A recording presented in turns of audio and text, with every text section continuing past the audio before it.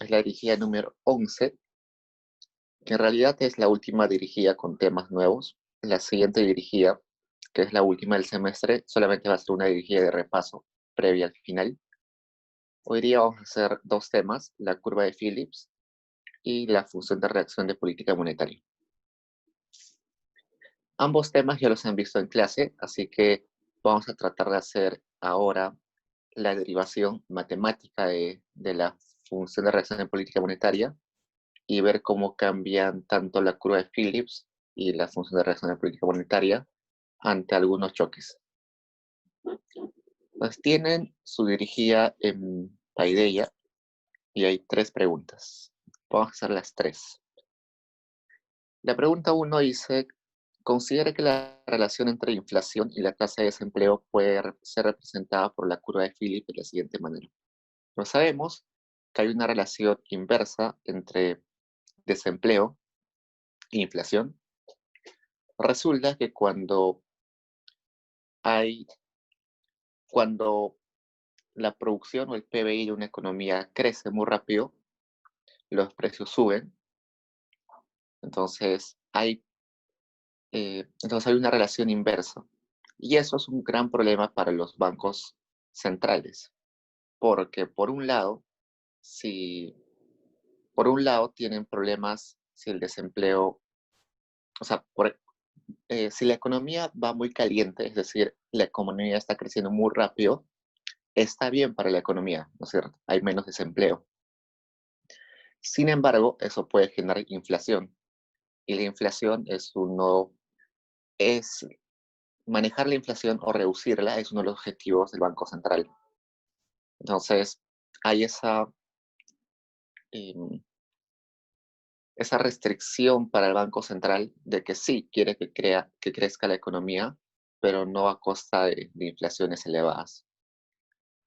Entonces, esa ecuación que tenemos ahí nos dice que, a ver, perdón, la inflación de hoy depende de la inflación esperada y tiene sentido porque ustedes imaginan que ustedes vendan laptops y por ahí surge un rumor de que acá de una semana las laptops van a duplicar su precio. Solamente hay un rumor. Entonces, yo como vendedor de laptops tengo la expectativa que el precio, es decir, la inflación, va a aumentar la siguiente semana. ¿Eso qué me va a incentivar a hacer? Primero, que las laptops que tengo hoy no las voy a vender ahora porque va a ser más rentable que las venda en una semana. O desde hoy aumento el precio al precio que espero que va a ser en una semana. Entonces, por eso es que la relación es positiva. Si yo espero que la inflación va a ser superior en un futuro, desde hoy ya la inflación se va a ver afectada. Luego, depende de la discrepancia entre el desempleo y la tasa natural de desempleo. Esta discrepancia multiplicada por una sensibilidad que vamos a llamar beta sub cero, que como ven en el PDF se le dice sensibilidad de los precios y salarios a cambios en el desempleo en relación a la tasa natural de desempleo. Y finalmente depende de los choques de oferta, que es beta sub 1. La tasa natural de desempleo evidentemente no es observable. El mu, que es la tasa de desempleo, sí es observable.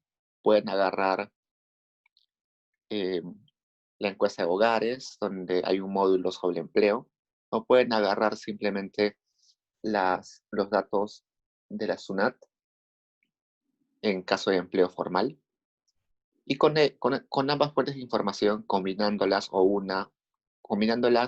independientemente cada una de ellas, pueden hallar la tasa de desempleo. En el Perú es muy difícil porque solamente tenemos datos, como tenemos mucha informalidad, tenemos datos certeros sobre el empleo formal, pero no tenemos datos claros sobre el empleo informal. Lo curioso es que en el país el desempleo nunca ha sido un problema muy grande. Cuando las personas se quedan sin un empleo formal, tienden a ellos mismos crear un empleo como independientes. Entonces, en el Perú nunca ha sido un problema el desempleo en realidad. El subempleo o el empleo mal remunerado o en en condiciones sin seguro social, sin seguro de salud, sí es un problema en Perú, pero el desempleo como porcentaje de gente desocupada casi nunca ha sido un problema.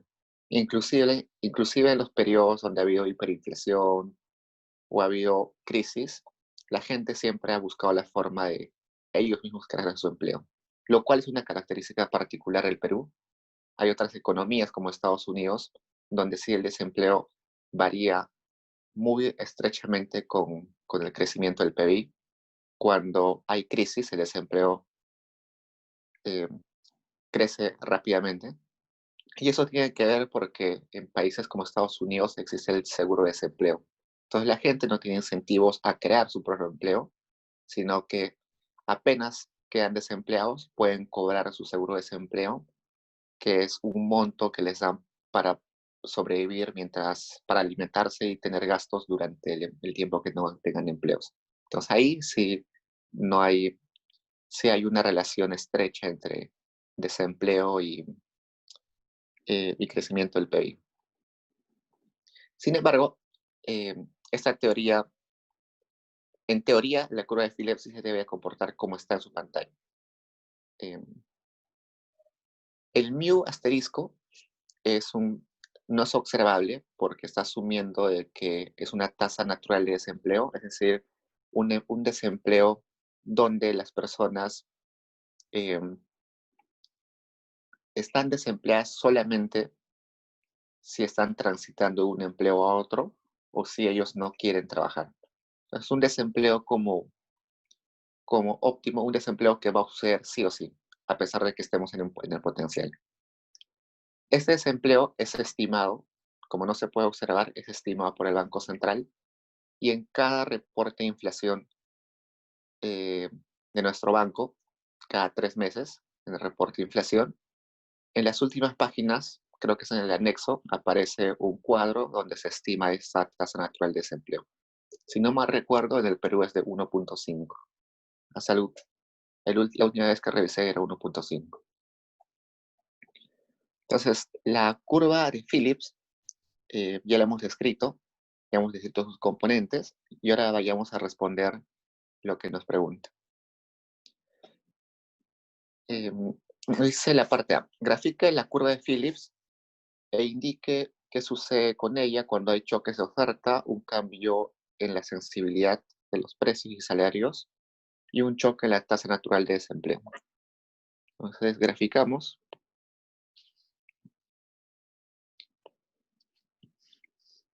Tenemos en este eje la inflación, en este eje el desempleo. Reescribamos nuestra función, nuestra curva de Phillips, de modo de que a un lado separemos el intercepto y separemos la pendiente. Entonces tendríamos lo siguiente.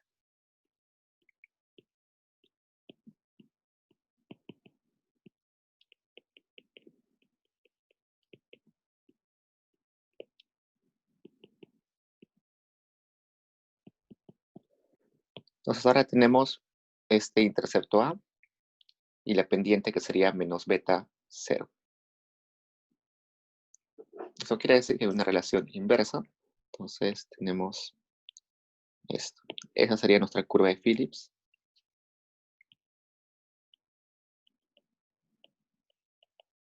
Con un intercepto A y con una pendiente negativa beta sub 0.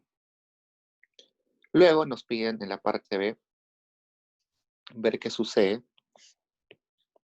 en 3 escenarios. Grafiquemos 3 veces nuestra curva.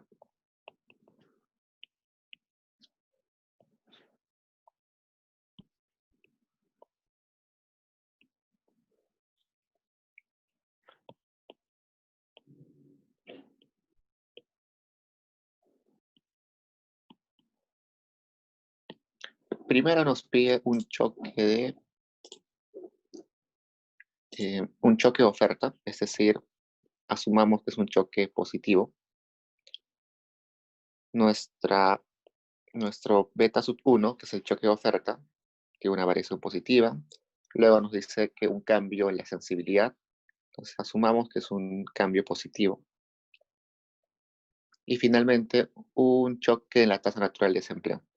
Asumamos que hay un aumento en la tasa natural de desempleo.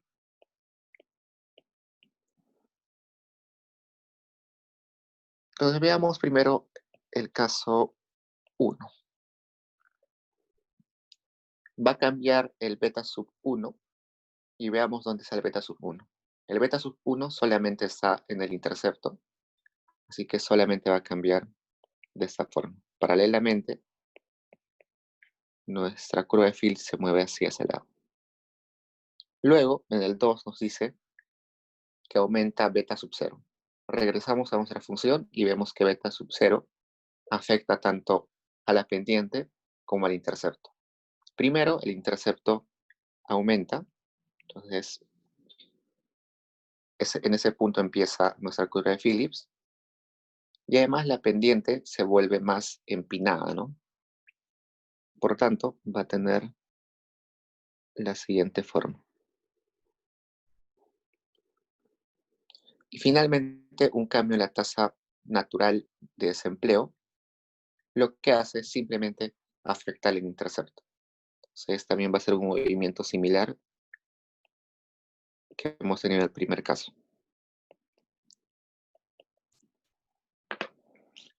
Luego nos dicen en la parte B, ¿representa la curva de Phillips una curva de oferta?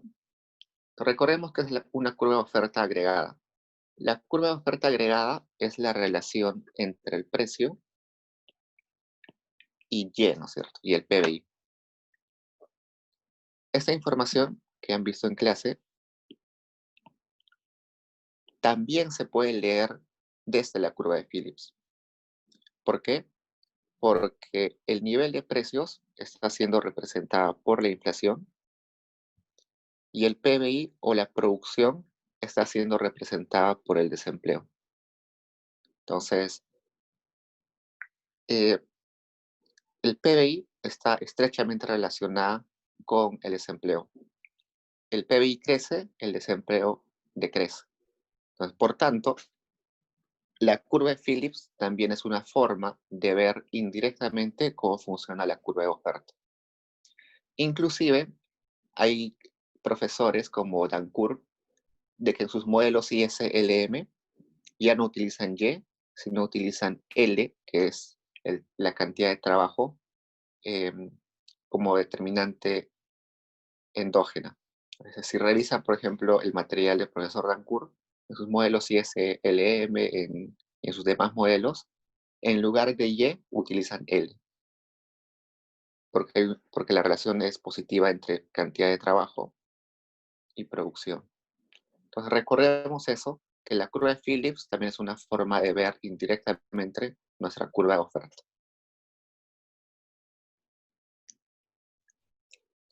La pregunta 2 es una pregunta que nos pide que en síntesis lo que va a hacer es tratar de encontrar nuestra función de reacción de política monetaria.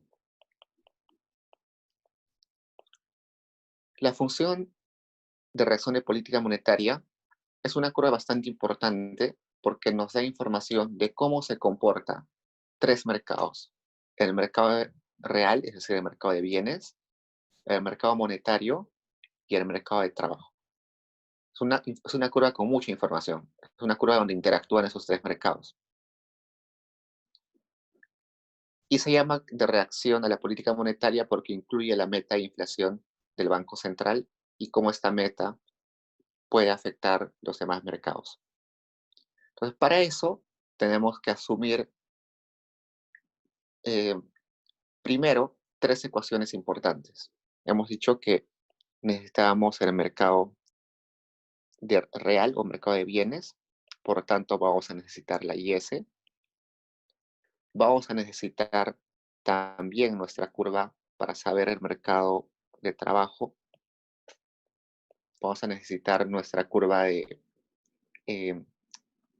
Okun. En Okun vemos la relación entre PBI con desempleo, ¿no es cierto? La ley Okun nos va a ayudar a ver cómo se comporta el mercado de trabajo. Y finalmente, el mercado monetario, que la vamos a ver tanto en la regla de Taylor. ¿Por qué? Porque la regla de Taylor es donde se está estableciendo una tasa de interés de referencia pensando en cómo se está, en cuánto nos estamos acercando o alejando de la meta de inflación. Entonces, tenemos que hacer que estas tres ecuaciones, la IS, la ley de Okun y la regla de Taylor, interactúen de modo de que todo eso nos lleve a formar la función de reacción de política monetaria. Entonces, ahí ven que tienen las curvas, perdón, las ecuaciones que ya teníamos antes, ¿no? El ingreso disponible, el consumo, la inversión, el gasto público, la recaudación, las exportaciones brutas, las importaciones brutas, las exportaciones netas y el tipo de cambio real. Con eso, como ya hemos visto antes en clases anteriores, se puede hallar la IS. Luego nos dan la regla de Taylor, la ley de Okun y la curva de Phillips. Y nos dice en la parte A que encontremos la IS primero. En la parte B nos dice que a partir de la IS y de las curvas adicionales que nos dan, hallemos la función de reacción de política monetaria que debe tener esa forma que nos dan ahí. Entonces tenemos que acercarnos de algún modo a una forma de la que nos presentan, a esa forma que nos presentan ahí. Y luego nos van a pedir en la parte D, el SC que está ahí no debería aparecer. El D nos dice que grafiquemos la función que vamos a hallar y que veamos un cambio en la meta de inflación. Y finalmente en el último ítem nos dice que veamos cuáles son los determinantes de ese parámetro que multiplica a la discrepancia entre inflación y la meta de inflación. Entonces empecemos hallando la IS. Ya hemos hecho varias veces la IS. Sabemos que para hallar la IS, primero sabemos que la demanda agregada es igual a todo lo que demandan los consumidores, las empresas, el gobierno y el sector externo. Y en equilibrio, todo lo que se produce tiene que ser igual a esa demanda agregada. Reemplacemos las ecuaciones que nos dan ahí. Y tendríamos lo siguiente. Y es igual consumo autónomo más inversión autónoma más gasto autónomo más los componentes de las exportaciones netas que dependen del PBI foráneo, que dependen del tipo de cambio. Y a todo eso tenemos que restarle nuestras importaciones.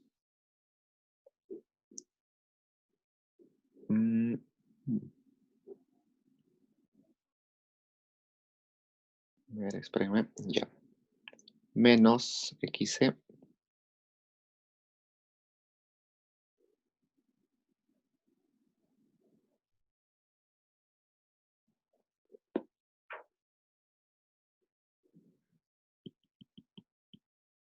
Tenemos eso, menos IMFY.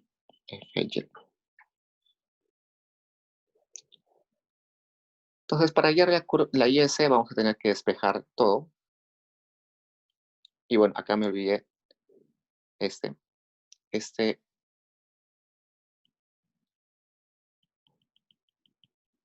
sería así.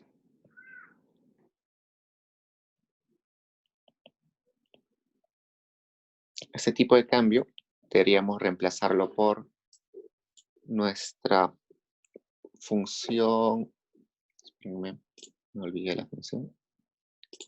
Por nuestra función de tipo de cambio, que sería igual a tipo de cambio a largo plazo menos esa sensibilidad por la discrepancia entre la tasa de interés nacional con la tasa de interés extranjera. Con todo eso, despejemos. Y nos va a salir que y es igual a toda esta expresión. Y es una expresión que hemos hallado antes, varias veces.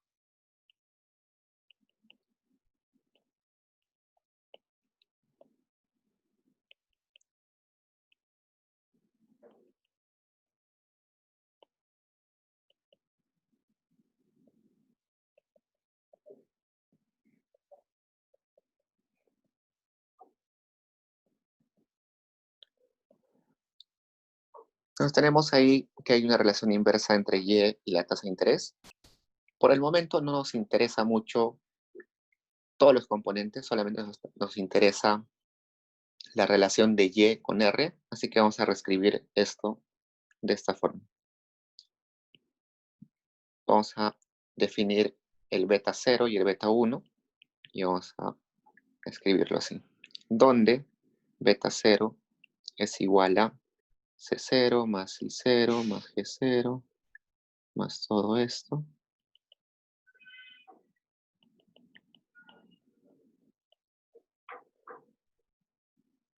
Y beta 1 es 1 menos esto.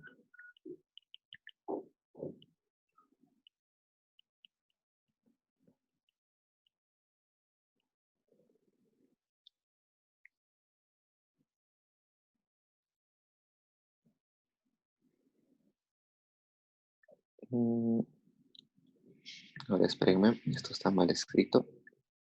Beta 0 entre beta 1.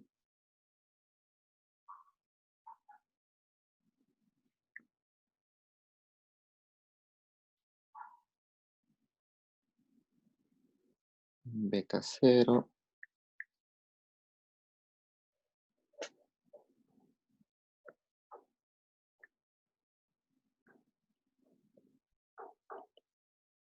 Sí, nos definimos esos dos. Por lo tanto, va a quedar nuestro IS de esta forma.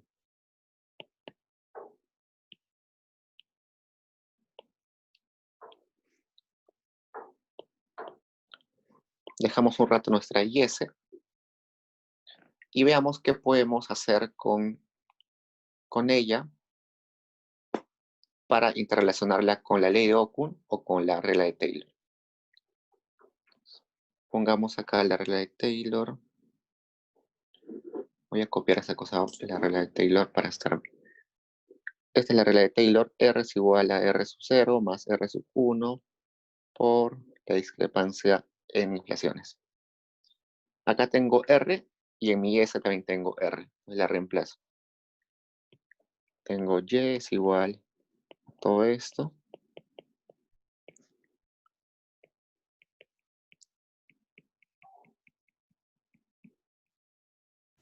Opero ahí.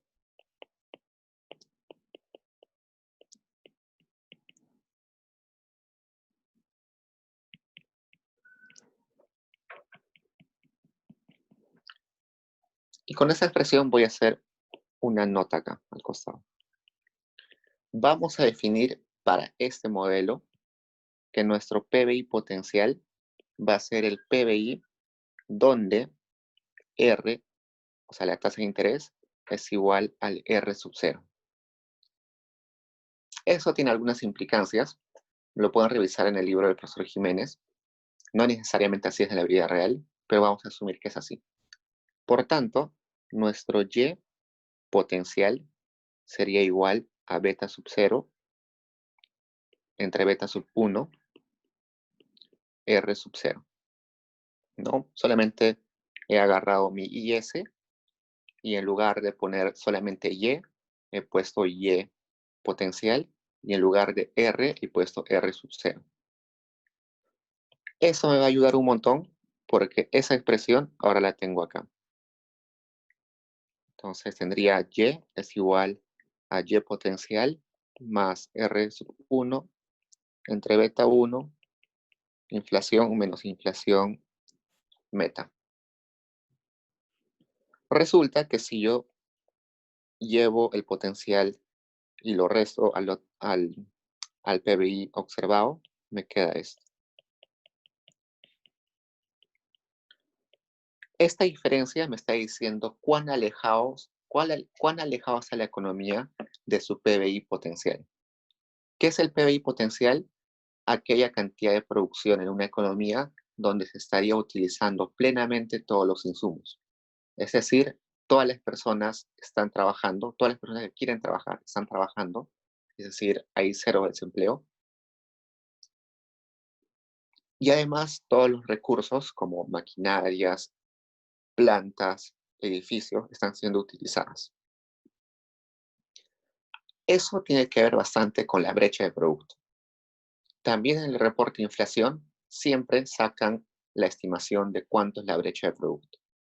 Entonces, para estimar ese Y en la vida real, lo que hacen en el Banco Central es estimar una función donde hay desempleo natural, eh, es decir, ese 1.5, y donde el capital está siendo utilizado al máximo. Esa estimación es una estimación bastante compleja y que el Banco Central pocas veces publica. En realidad es como una caja negra. Muy pocas personas saben exactamente cómo sacar eso. Teóricamente hay papers donde hacen aproximaciones, pero el modelo exacto de cómo lo hace nuestro Banco Central solamente lo saben los gerentes del área de investigación y el área de políticas de modelos macroeconómicos del Banco Central. Entonces, esa brecha no la podemos dejar como Y menos Y sub 0, sino la brecha tenemos que verla como porcentaje. Entonces, vamos a dividir todo entre Y potencial.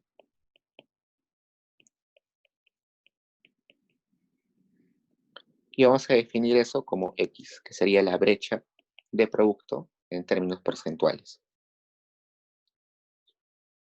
Acá nos falta dividir entre. Entonces tenemos eso, y para hacerlo más sencillo, vamos a decir que vamos a decir que R sub 1 entre beta sub 1 por Y potencial, le vamos a poner el nombre de ese parámetro, para que no se haga complicada nuestra ecuación.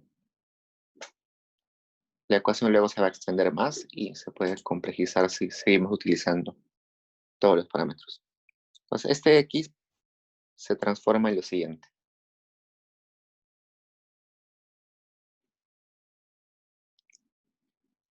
Chicos, acá me equivoqué el signo. Este es menos. Este es menos. Este es menos. Y este es menos. Entonces quedaría de la siguiente forma. Menos ese parámetro por la discrepancia entre la inflación observada y la inflación meta.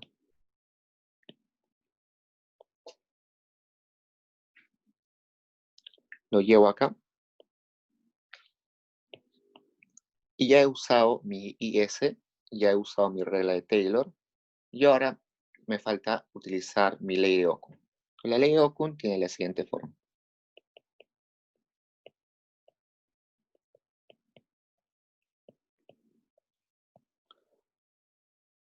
Y si la reescribimos, sabemos que toda esa expresión que está en paréntesis es nuestro X, ¿no? Nuestra brecha del producto. Entonces tenemos brecha de producto en la ley de Okun y tenemos brecha de producto en esta expresión que salió de combinar la regla de Taylor con la IS. Entonces igualamos nuestros X. La brecha de producto en el mercado debe ser una sola, ¿no? Así que debe ser la misma. Entonces, igualemos nuestros X. Primero despejemos este, sería U menos mu asterisco entre alfa, sería x. Nos igualamos ambos x y tenemos lo siguiente.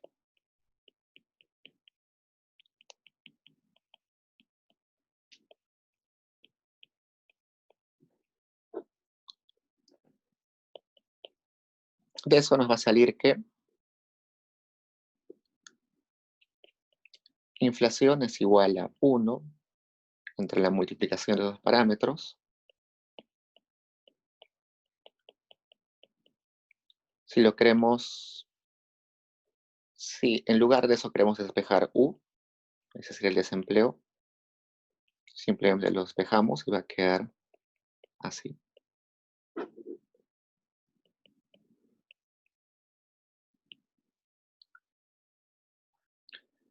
Y resulta que esta expresión que estoy marcando con asterisco es muy parecida a la que nos ha dado en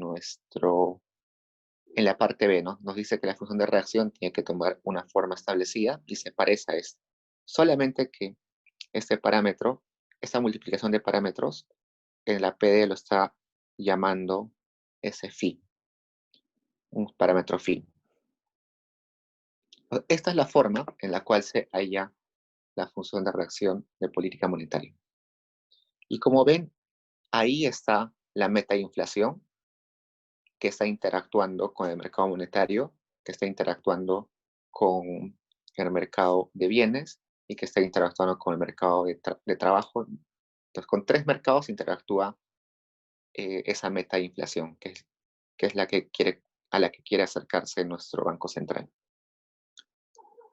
Pues esta función de reacción es muy importante porque interactúa la política monetaria con tres mercados. Pues con eso podemos graficar nuestra función de reacción.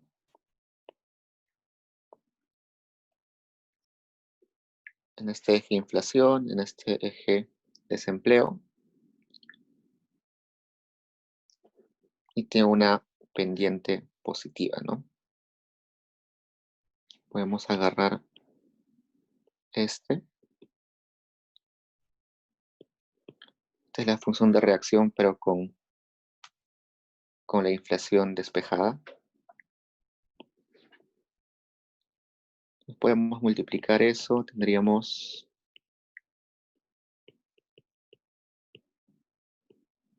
esto.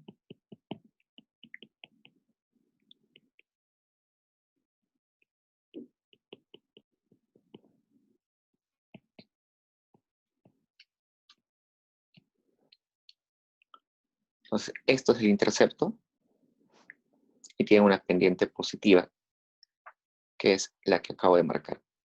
Esta es la función de reacción de política.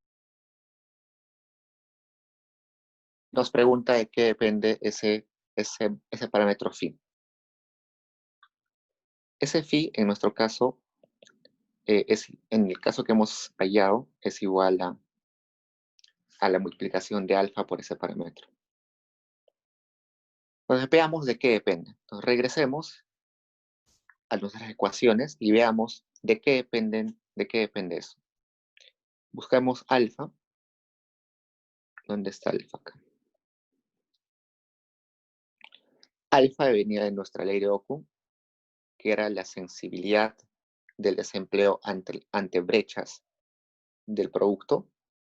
Entonces eso quiere decir que cuando estamos lejos del potencial, de la producción potencial, hay un efecto en el desempleo y eso tiene una sensibilidad. Entonces, el parámetro phi está dependiendo primero de esa sensibilidad.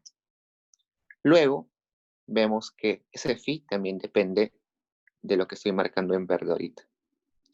Y ese verde depende en el fondo de este R sub 1, de este beta sub 1 y de este Y potencial. Y veamos de qué dependen esos tres. El R sub 1 viene de acá, de nuestra regla de Taylor. Ese R sub 1 nos está diciendo cuál es la sensibilidad del Banco Central frente a cambios frente a discrepancias de la inflación con respecto a la inflación meta.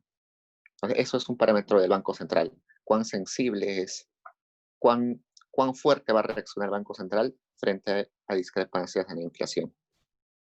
Luego se depende beta sub 0 y de Y potencial. Vayamos a ver cuál es el beta sub 0. El beta sub 0 está dependiendo de la propensión marginal a consumir, de la tasa impositiva, de la sensibilidad de las importaciones, de la sensibilidad, perdón, del I sub 1, que es la sensibilidad de las importaciones frente a cambios en la tasa de interés. También depende de la sensibilidad del tipo de cambio. A ver, el XC es la sensibilidad de las exportaciones brutas frente a cambios en la tasa al tipo de cambio. Y también depende a la sensibilidad del tipo de cambio frente a discrepancias en la tasa de interés nacional con la internacional. De todo eso depende el beta sub 1. Ahora veamos de qué depende el Y potencial. El Y potencial dijimos que era simplemente nuestro PBI, pero con el R igual al R sub 0. Entonces es simplemente toda esta expresión, que estoy marcando en verde, sería el PBI potencial, pero con el R igual al R sub 0. Entonces, ese Y potencial depende del consumo autónomo, de la inversión autónoma, del gasto autónomo, del PBI foráneo, de la tasa de interés foránea y de todos los parámetros que ven ahí. La tasa impositiva, propensión marginal a consumir, todos los parámetros que están en la IS. Entonces, ese parámetro phi que aparece ahora en nuestra curva de reacción, que estoy marcando en verde, ese parámetro depende de un montón de cosas. Y ustedes han visto en clase, en las diapositivas, que el profesor les da una lista de qué depende ese phi, ¿no es cierto? Entonces, les hago esa lista y ahora con esas ecuaciones hemos visto que esa lista, si la comparan con las ecuaciones, coinciden exactamente. Entonces, por ejemplo, si a ustedes les dicen, ¿cómo afecta una política fiscal expansiva en nuestra función de reacción de política monetaria? Eso han visto en clase, ¿no? En estática comparativa han visto ese ejemplo. Si ustedes agarran la curva de reacción de política monetaria, que es esta, en esa expresión no aparece el gasto del gobierno, por tanto no puedo ver cómo funciona una política fiscal expansiva. Pues lo que debieron hacer en ese caso es decir, el gasto del gobierno no tiene que ver nada con la meta de inflación y tampoco tiene que ver con el desempleo, ni con el desempleo natural, pero sí puede estar dentro de esos parámetros, ese parámetro phi, por lo tanto dentro de estos parámetros. En el alfa no, porque es el alfa que está solamente en la ley de Okun, pero en este parámetro sí. Y si seguían el rastro de qué dependía ese parámetro phi, llegaban hasta que para ese phi sí afectaba el Y potencial y el Y potencial sí era determinado por el gasto del gobierno. Entonces, el canal por el cual afecta una política fiscal expansiva es ese. Afecta al gasto del gobierno, el gasto del gobierno afecta a ese parámetro, al PBI potencial, eso afecta a este parámetro que estoy marcando y eso afecta al phi. Y el phi afecta finalmente al comportamiento de la función de reacción de política monetaria. Y bueno, eso es exactamente lo que nos pide ahí, ¿no? Nos dice, analice el efecto del cambio de la meta de inflación. Entonces veamos, bueno, el efecto del cambio de la meta de inflación. Entonces, meta de inflación aumenta, veamos acá, aumenta y solamente se afecta al intercepto, ¿no? No afecta a la pendiente. Por tanto, el intercepto se mueve y esa sería nuestra nueva función de reacción de política monetaria.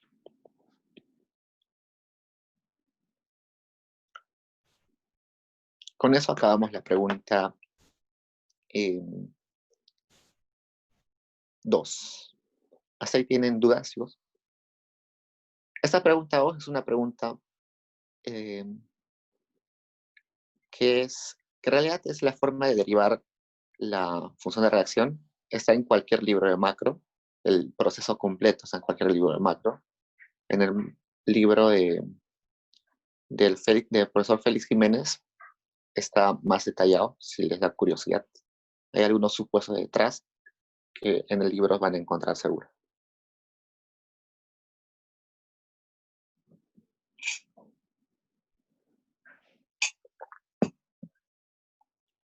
Entonces, antes de pasar a la siguiente pregunta, retomemos lo que habíamos dicho, qué pasaba si había una política fiscal expansiva, es decir, se aumentaba el ejemplo.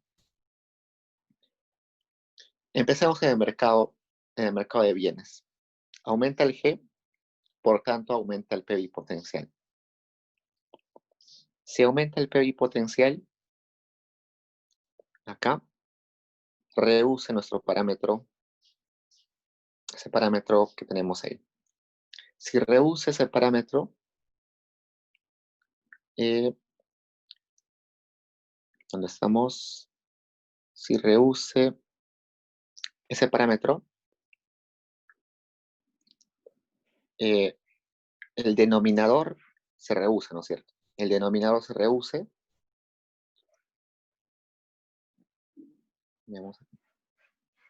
Por tanto, se va a ver afectado el intercepto de nuestra función de reacción de política monetaria. Es decir, una política fiscal expansiva solamente va a mover el intercepto de la función de reacción, más no va a mover la pendiente. Entonces, cuando nos pidan en la siguiente pregunta, en la 3, ¿cómo afecta un cambio en la política fiscal expansiva? Vamos a decir que mueve el intercepto. Entonces, con eso, pasemos a la pregunta 3.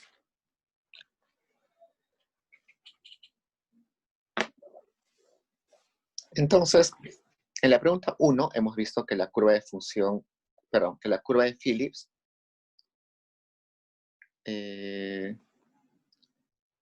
a ver.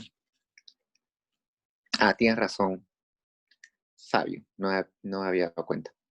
Sí, entonces, si se mueve también va a aumentar la pendiente. Sí, tienes razón, no había percatado.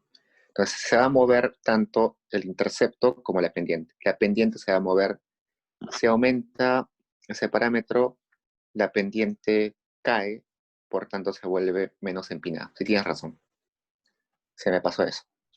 Entonces, va a mover tanto el intercepto como la pendiente. Entonces, sería algo así como se vuelve más empinada, es decir, a ver, cae, crece, cae, se vuelve,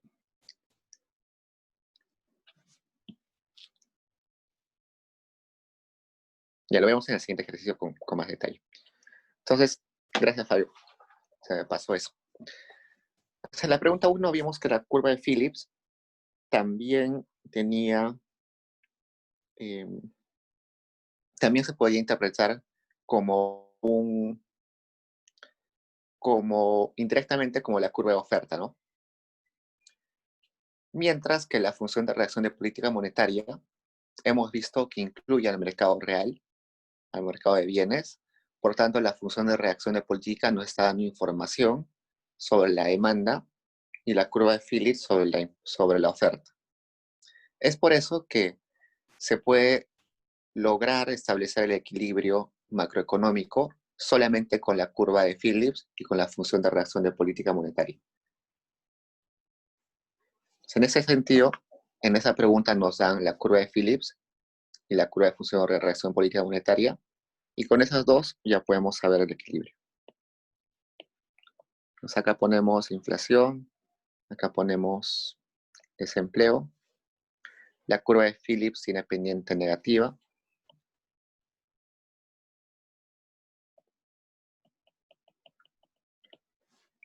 Y la curva de reacción de política monetaria tiene pendiente positiva. El equilibrio macroeconómico va a estar acá, con una inflación de equilibrio, un desempleo de equilibrio. Si queremos saber la inflación de equilibrio o el desempleo de equilibrio, simplemente igualamos las curvas, ¿no? Podemos igualar así.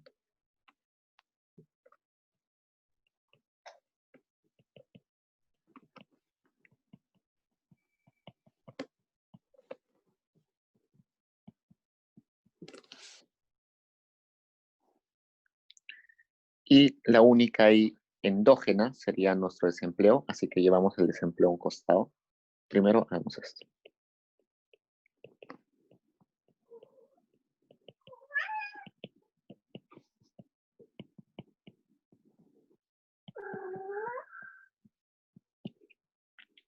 Llevamos a un costado el desempleo.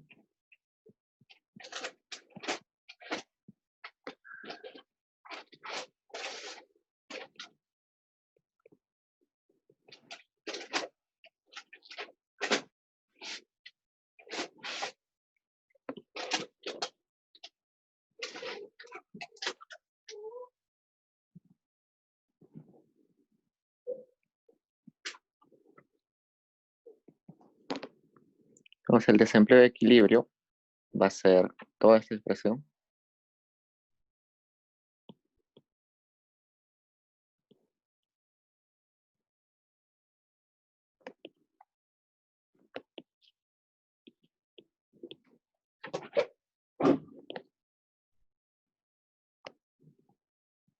entre esto.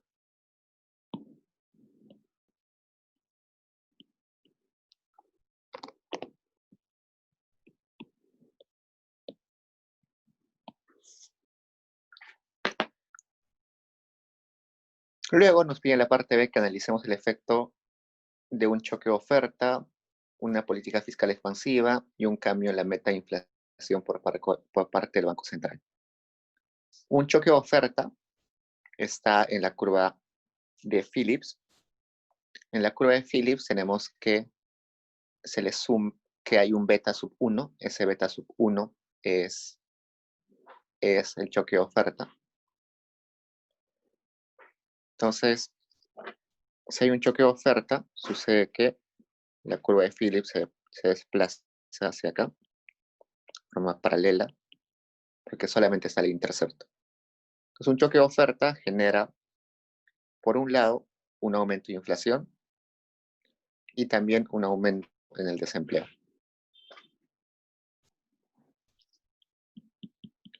El segundo ejemplo que nos dicen es un choque en la política fiscal expansiva.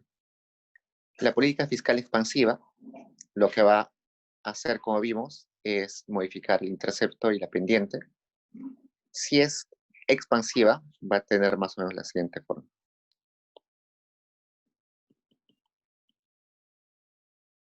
Que es, a ver, sería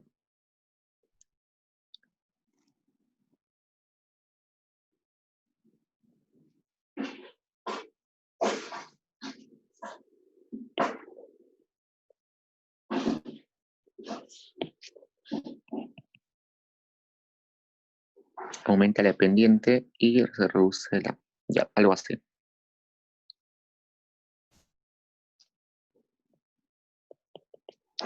Entonces eso quiere decir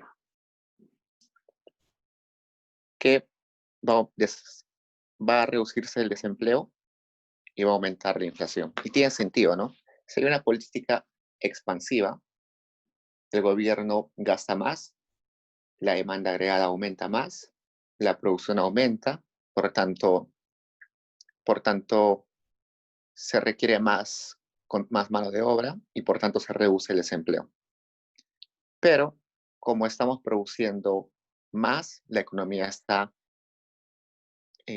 acercándose a su potencial, por tanto la economía puede estar calentándose si se produce muy rápido, si se crece muy rápido, y por tanto los precios suben, es decir, la inflación sube. Tiene sentido. Y finalmente nos está pidiendo qué sucede si existe un aumento en la meta de inflación. La meta de inflación está en la función de reacción de política monetaria y solamente afecta, en este caso, acá vemos a la pendiente, perdón, al intercepto. Entonces aumenta y tendríamos ese nuevo punto. Aumenta la inflación y reduce el desempleo.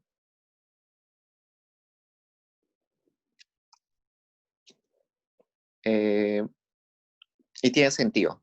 Si pensemos en una meta de inflación muy restrictiva, una meta de inflación de 1%. Si la inflación meta es 1%, nuestro Banco Central siempre va a estar preocupado por la inflación, por tanto, todo el tiempo va a querer intervenir en la economía para reducir la inflación. El crecimiento de las economías siempre va a generar en algún modo un aumento de precios. Si hay una economía que crece, va a aumentar los precios. Hoy en día vemos que el Perú está, o bueno, los años anteriores ha crecido y la inflación también ha crecido. Entonces, es un evento que va siempre de la mano, pero no podemos dejar que la inflación crezca muy rápido. Ese sería un problema. Entonces, si nuestra meta de inflación es muy restrictiva, podamos,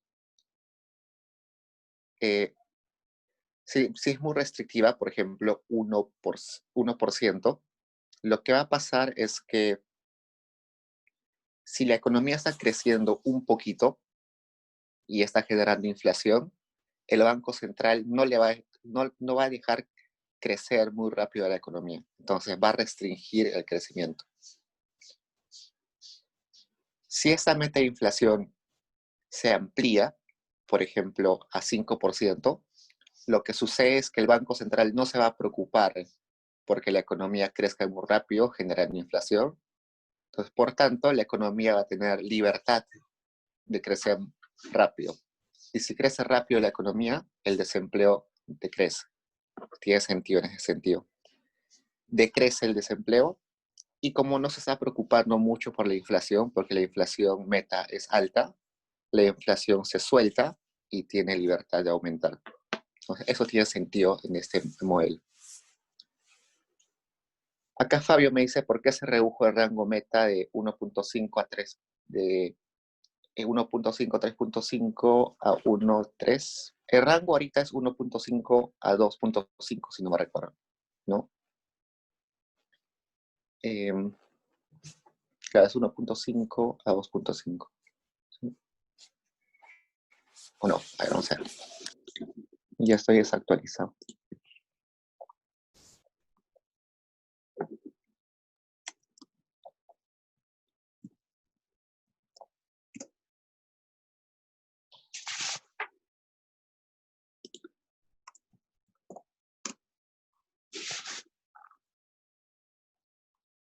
Sí, estamos en 1 a 3. Se redujo por una razón. Primero, nuestro rango meta debe ser creíble. El rango meta debe ser creíble por una razón. Supongamos que ese es nuestro rango meta. Y la inflación está yendo así. Si frecuentemente nosotros nos estamos desviando de nuestros rangos meta, nuestro rango meta, nadie nos va a creer que la inflación va a ser estable de largo plazo y por tanto el Banco Central va a perder credibilidad.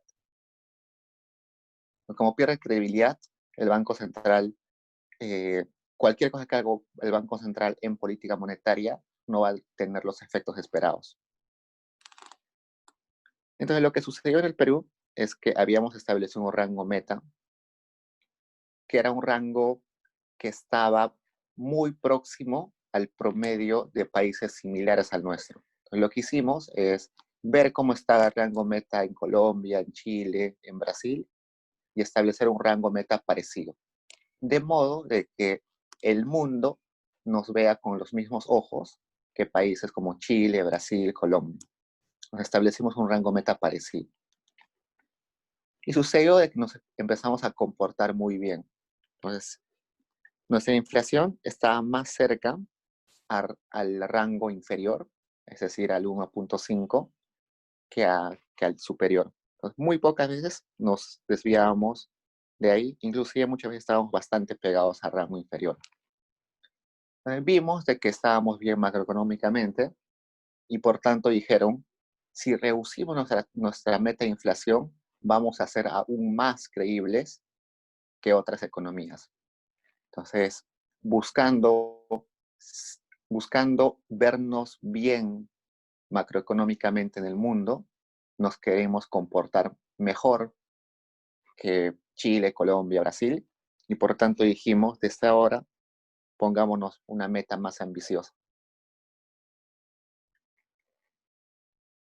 Entonces, nos pusimos una meta más ambiciosa, primero porque sabíamos que íbamos a poderla cumplir, bueno, porque sabíamos que la podíamos cumplir, y segundo, porque queríamos posicionarnos mejor entre los países de la región. Entonces, ese rango meta eh, sirve para ganar credibilidad, para ser predictivos en el futuro, para que los agentes crean en nosotros, pero a la vez tiene que estar correlacionado con que seamos capaces de cumplir.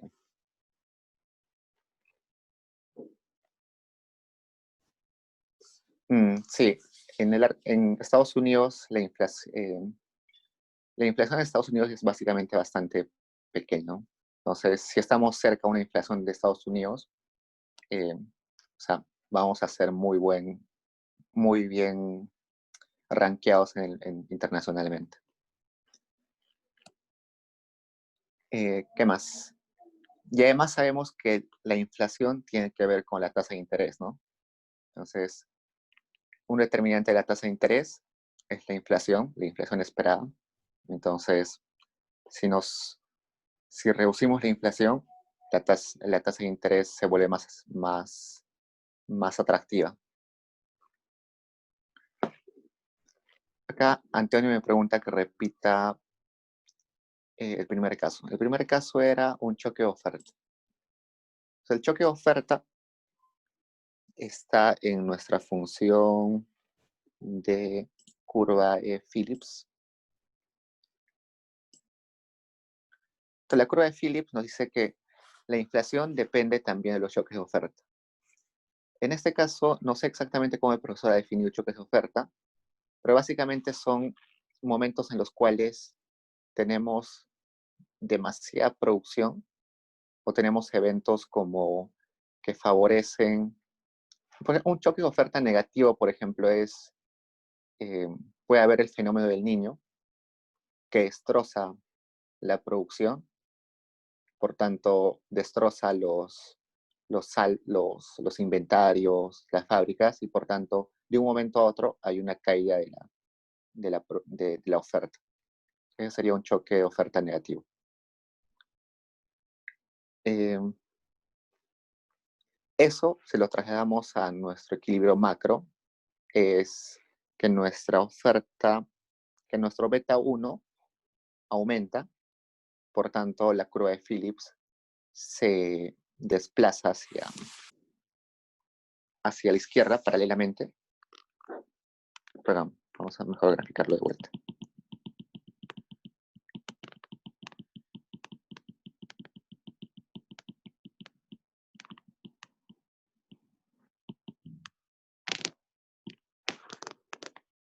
Si el beta 1 aumenta, estaríamos moviéndonos acá. El nuevo equilibrio sería un desempleo mayor y una inflación mayor.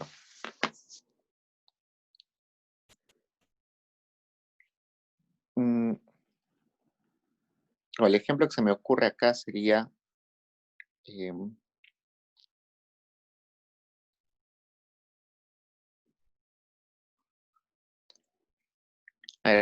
vayamos con el ejemplo del fenómeno del niño.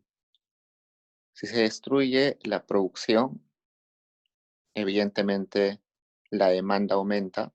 Perdón, si se destruye la producción, en el corto plazo lo que sucede es que la gente sigue demandando lo mismo, pero no hay para vender los productos. Por ejemplo, están requiriendo trigo, la gente demanda trigo, pero el fenómeno del niño destruyó el trigo.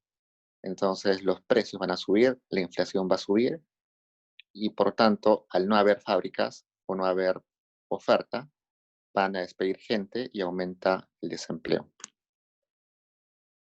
En el caso de ofertas, en choques de oferta en el otro sentido, los ejemplos no son muy claros.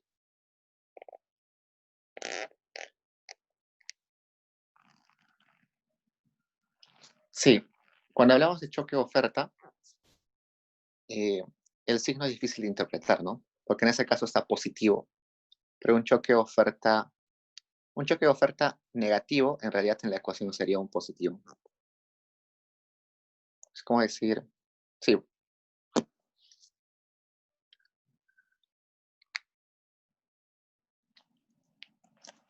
sí, Antonio, tienes razón en eso. Es un choque de oferta negativo, en la ecuación se traduce como uno positivo. El tercer caso, me dice Abigail, el tercer caso era un cambio en la meta de inflación para los bancos centrales. Es un cambio de inflación, un cambio de la meta de inflación. La meta de inflación está en la función de reacción. Y se modifica, tenemos la función de reacción, que es esta.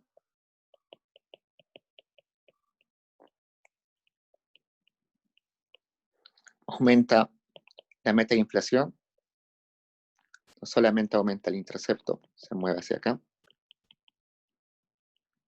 El gráfico nos dice que se reduce el desempleo y aumenta la inflación.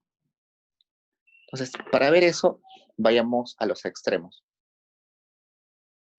A un lado donde hay una meta de inflación restrictiva y a otro lado donde hay una meta de inflación bastante laxa, bastante amplia. Pues vean, una meta de inflación restrictiva sería, por ejemplo, nosotros queremos tener una inflación bien pequeña, 1%. Sin embargo, sabemos que cuando crece la economía, crecen los precios. Es un, es un evento empírico que siempre va a suceder. Entonces, como hay más demanda cuando aumenta la producción, hay más demanda y la oferta al tratar de satisfacerla, siempre hay un desfase, ¿no? Por tanto, va a haber siempre inflación.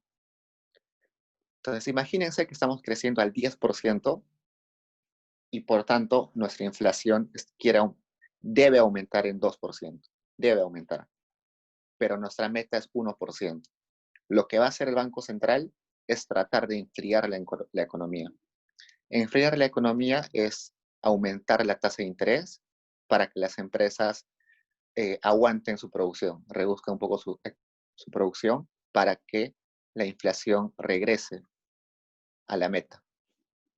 Entonces, eso hace que eh, el Banco Central no deje crecer rápido la economía. Por otro lado, si tendríamos una meta de inflación, digamos, de 5%, entonces al Banco Central no le interesa mucho intervenir en la economía si nuestra inflación es 4%, ¿no? Digamos. Si la inflación es 4%, estamos todavía un poco lejos de la meta, no le importa. Entonces deja que, en ese sentido, deja que la economía crezca rápido, porque la inflación está lejos de la meta.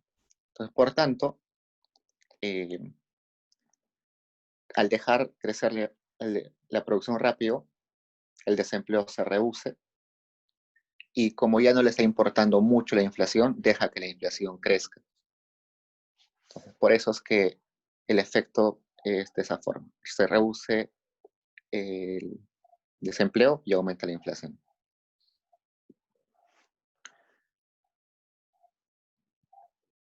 Y acá Antonio me pregunta, ¿se debe elegir entre inflación y tasa de desempleo en crisis? Sí, eh, ese es un problema típico de los bancos centrales. Hay un trade-off, ¿no? Tienen que elegir entre inflación o tienen que elegir entre que crezca la producción y por tanto se reduzca la tasa de desempleo. Es un trade-off común y por eso es que nuestro Banco Central no tiene como objetivo pensar en la producción. En Estados Unidos, por ejemplo, y en otras economías desarrolladas, en algunos países de la OECD, los bancos centrales toman en cuenta, o sea, el objetivo de esos bancos centrales es aumentar la producción y reducir o mantener en niveles estables la inflación. Nos tienen esos objetivos. Ustedes que eh, han leído eh, los objetivos del Banco Central, de nuestro Banco Central, el objetivo del Banco Central en ninguna parte eh, menciona que se debe preocupar por el crecimiento, ¿no? Nuestro Banco Central no se preocupa por el crecimiento, solo se preocupa por la estabilidad monetaria. Entonces, nuestro Banco Central no se preocupa por el desempleo.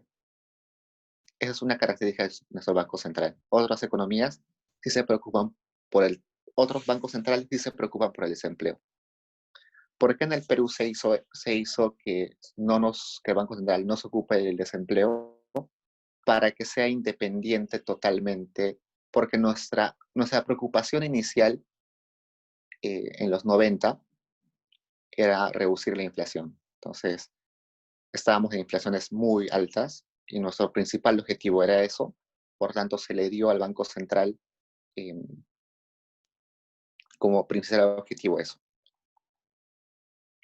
Entonces, seguro van a encontrar en algunos libros de macro, sobre todo en los de Estados Unidos, donde el Banco Central tiene otro tipo de regla de Taylor. un tipo de, una regla de Taylor más ampliada, más extensa, donde también se preocupa por el desempleo y por otros factores más. Eso tiene que ver más de qué atribuciones tiene el Banco Central.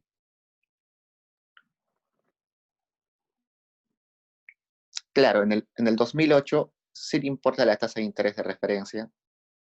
Claro, o sea, cuando me refiero a que el Banco Central no se preocupa por el PBI, no me refiero a que no toma en consideración el PBI, sino a que su objetivo no es hacer crecer el PBI. O sea, para poner su tasa de interés, sí observa el PBI, pero no es que su objetivo es hacer crecer el PBI. Esa es la diferencia.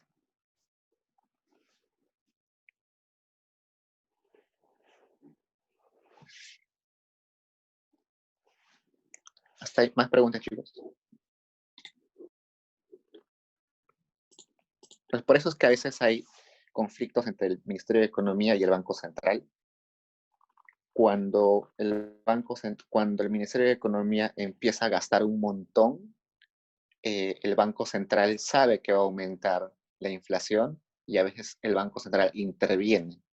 Entonces, todo el efecto que pudo generar el gasto del gobierno se va a reducir un poco por esta cuestión de que el Banco Central tiene que enfriar la economía para no generar inflación. Entonces, el Ministerio de Economía, como los ministerios de Economía son por periodos cortos, por gobiernos, entonces al gobierno de turno le interesa gastar un montón de modo de que se aumente el empleo y se reduzca el desempleo. Entonces, el MEF no piensa mucho en inflación, porque la inflación ya es un fenómeno más de largo plazo, ¿no? Sino le interesa que el desempleo sea lo menor posible hoy. Entonces, eso tiene su contrapeso en el Banco Central, que él sí piensa en el largo plazo, entonces piensa en reducir la inflación de modo de que va en contra de algunos objetivos del Ministerio de Economía. Claro, hay bancos centrales en Europa que se llaman duales porque tienen doble objetivo. Exacto.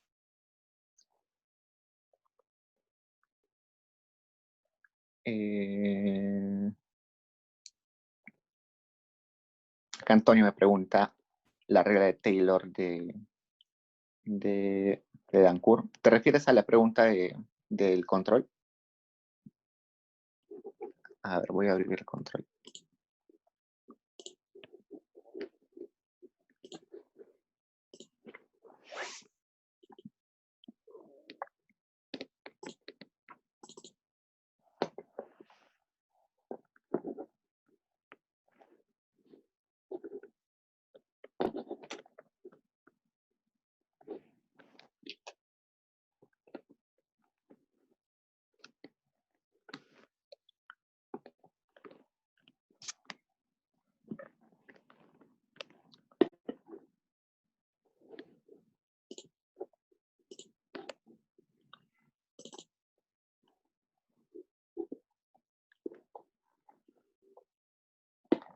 La regla de Taylor que tenía en el control era esta, ¿no?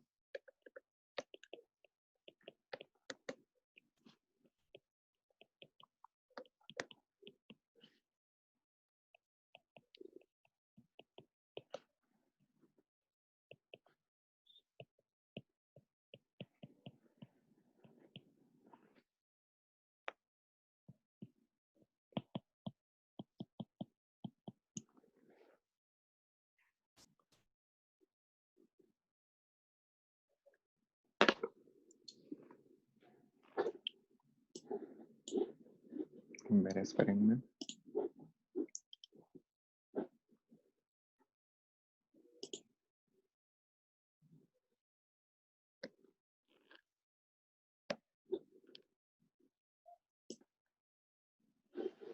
La regla de Taylor nos dice cuál va a ser la tasa de interés que va a imponer el Banco Central, ¿no? Entonces, esta regla de Taylor, en realidad, en la vida real, esta regla de Taylor es simplemente teórica. No se plasma realmente en la realidad. El área de modelos macroeconómicos en el Banco Central sí estima esta ecuación. La hace todos los meses. Se dedican una semana exclusivamente a hallar todos los componentes de esta regla de Taylor y hallan cuál debería ser nuestro I, nuestra tasa de interés de referencia. Eso lo llevan todos los meses. Hay un jueves cada mes donde se reúnen los directores del Banco Central, el directorio del Banco Central, se reúnen y les dan este informe y esta estimación. Depende de ellos, en votación, de que hacen caso a lo que dice el área de modelos macroeconómicos, o no le hacen caso o hacen algo totalmente distinto, algo diametralmente distinto. Así es que es por eso, por ejemplo, que Dancourt en su texto lo que trata de hacer es ver si verdaderamente se están comportando como se deberían comportar según la regla de Taylor. Esta ecuación nos dice que, primero, la tasa de interés no se debería mover mucho respecto a su periodo anterior. Movimientos bruscos de la tasa de interés son contraproducentes, primero porque no hay predictibilidad en lo que va a hacer el Banco Central. Entonces, deben ser muy cercanos, no se debe mover muy rápido. Si, por ejemplo, estamos en una tasa de interés de 5% y el Banco Central dice que necesitamos bajarla a 1%, lo van a hacer gradualmente. Seguro cada mes van a bajar 0.25 o 0.5%, pero es raro de que bajen muy, muy fuerte. Ese primer parámetro que dice 0.7 quiere decir que gran parte de la decisión depende de que esté muy cerca al periodo anterior. Entonces ustedes imagínense que de un momento a otro aumenta la tasa de interés. Eso desnaturaliza bastante la economía, ¿no? Ya no es predictible. La gente que se, la gente que se está prestando ahora con una tasa de interés mayor va a estar en mucha desventaja con los que se prestaron un día antes de lo que se cambió la tasa de interés. Luego, nos dice que ese 0.3 quiere decir que el resto de la decisión de cómo cambiar la tasa de interés es casi el tercio de la decisión depende de los demás, de las demás variables. Esta es una constante que es una estimación en realidad. Y si no mal recuerdo, este YT es la brecha de producto. Esa brecha de producto que llamamos X, esa debe ser el YT. Entonces, si la brecha es grande, es decir, si la brecha es grande, nuestro cambio en la tasa de interés va a ser grande. Nos dijimos que esa brecha era la diferencia en Y menos Y potencial entre Y potencial. Si Y es mayor a Y potencial, quiere decir que la economía está sobrecalentada. Y si Y es menor a Y, estamos por debajo del potencial. Por ejemplo, ahorita estamos acá. Estamos debajo del potencial. Estamos produciendo muy poco.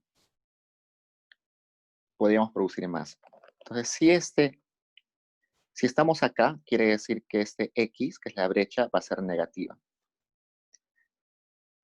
Entonces, este parámetro que en el texto dice YT debería ser el XT. O sea, en nuestro modelo que estamos haciendo hoy sería el XT. Entonces, eso quiere decir que si esta brecha es negativa, la tasa de interés de referencia debería caer. Y tiene sentido, ¿no? Si la economía está fría, estamos produciendo muy poco, el Banco Central debería bajar su tasa de interés para empujar la economía. Por el contrario, si estamos en esta situación donde la economía está sobrecalentada, estamos haciendo trabajar a los empleados más de 8 horas, estamos utilizando las máquinas por encima de sus horas de trabajo, inclusive sin hacerle mantenimiento, trabajando 24 horas, estamos sobreexplotando la tierra. Entonces, si sucede eso, toda esta brecha se va a volver positiva. Estamos produciendo más el potencial. Entonces, si es positiva, como estamos produciendo mucho, la inflación va a crecer muy rápido. Entonces, la ecuación me dice que debería de aumentar mi tasa de interés de modo de que enfríe mi economía un poco. Luego, acá aparece la inflación esperada. Entonces, eso quiere decir que si la inflación esperada es alta, deberíamos aumentar nuestra tasa de interés. Una tasa de inflación alta quiere decir que como les dije en el ejemplo, ¿no? Que los productores están pensando que en el futuro va a aumentar la cantidad, el precio de sus productos. Entonces imaginen un productor de trigo, de arroz, un productor de arroz, tiene un stock 1.000.000 de kilos de arroz y sabe que en medio año el precio del arroz se va a duplicar. Su expectativa es que la inflación va a ser mayor, que su precio de su producto va a ser mayor en un año, en medio año. Por tanto, el productor hoy no va a vender su arroz, sino lo va a guardar para el futuro. O sea, eso quiere decir que hoy no se está moviendo la economía. Hoy la economía está estancada porque no quiere vender el productor. Entonces, hoy la economía está estancada. Para que la economía no esté estancada, lo que tiene que hacer el Banco Central es aumentar la tasa de interés para dinamizar la economía hoy. Pues tiene sentido que si la inflación esperada es alta, la tasa de interés debería subir. Y el XD, ya no me acuerdo qué es. Perdón, el PID, no me acuerdo qué es. El PID debe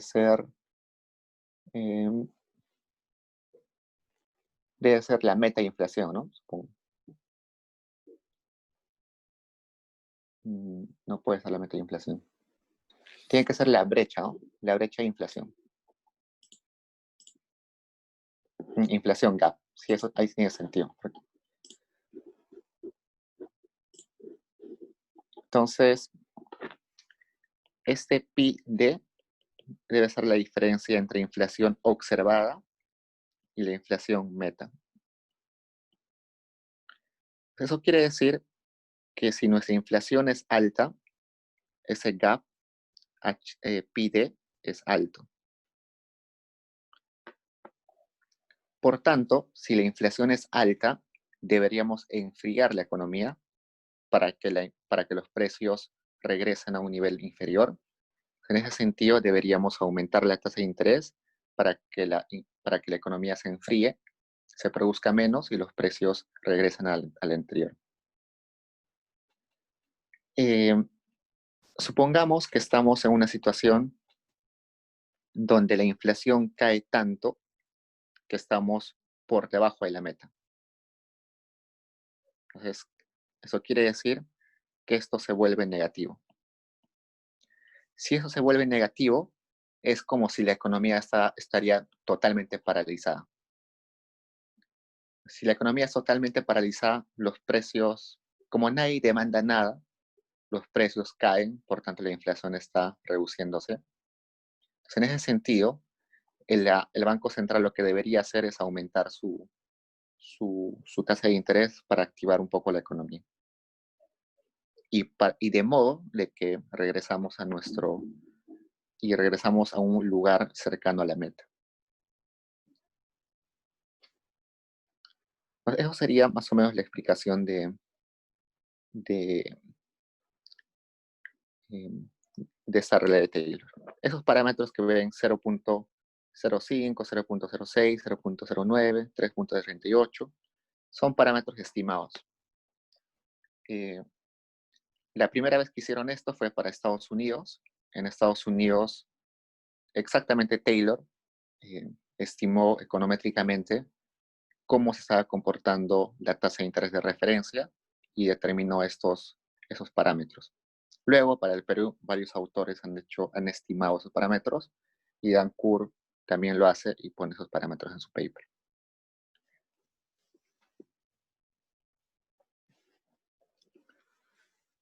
¿Preguntas, chicos?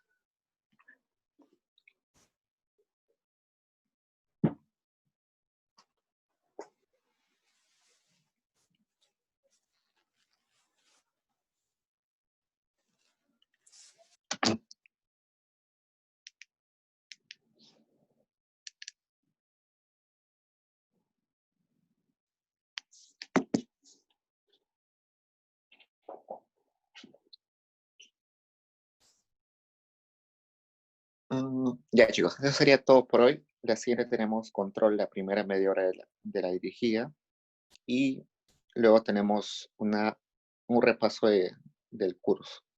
Bueno, de la segunda parte del curso previa al parcial. Pues eso sería todo, chicos. Nos vemos la siguiente. Cuídense.